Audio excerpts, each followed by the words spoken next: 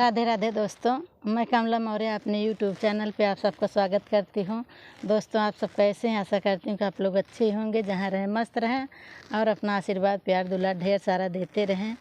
आज एक मज़ेदार चुटकुला गीत लेके आई हूँ। कैसा लगा कमेंट के माध्यम से आप लोग ज़रूर बताना।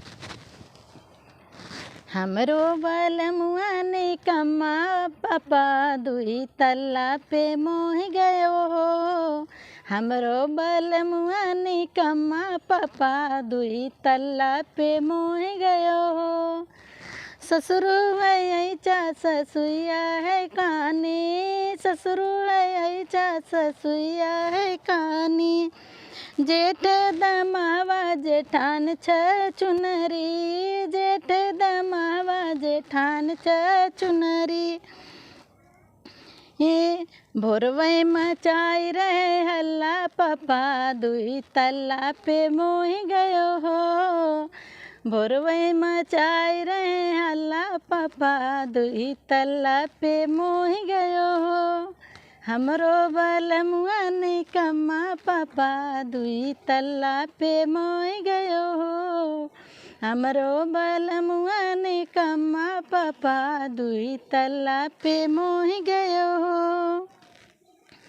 20 बीघा खेतवा पड़ा रहे परती, 20 बीघा खेतवा पड़ा रहे परती।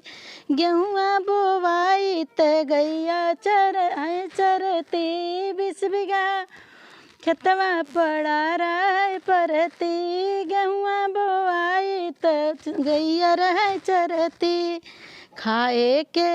खाए के आटे न गल्ला पापा दुई तल्ला पे मोह गयो हो। खाए के आटे न गल्ला पापा दुई तल्ला पे मोह गयो हो। हमरो बलमुआ ने कम्मा पापा दुई तल्ला पे मोह गयो हो। हमरो बलमुआ ने कम्मा पापा दुई तल्ला पे मोह गयो हो। घूमे बजरिया लड़ावे नजरिया, घूमे बजरिया लड़ावे नजरिया। पिया वारा न आवे दुवरिया, पिया वारा न आवे दुवरिया। कैसे मचाई हम हल्ला बापा दुई तल्ला पे मोह गयो हो। कैसे मचाई हम हल्ला पापा दुई तल्ला पे मोह गयो हो। हमरो बलमुआ ने कम्मा पापा दुई तल्ला पे मोह गयो हो।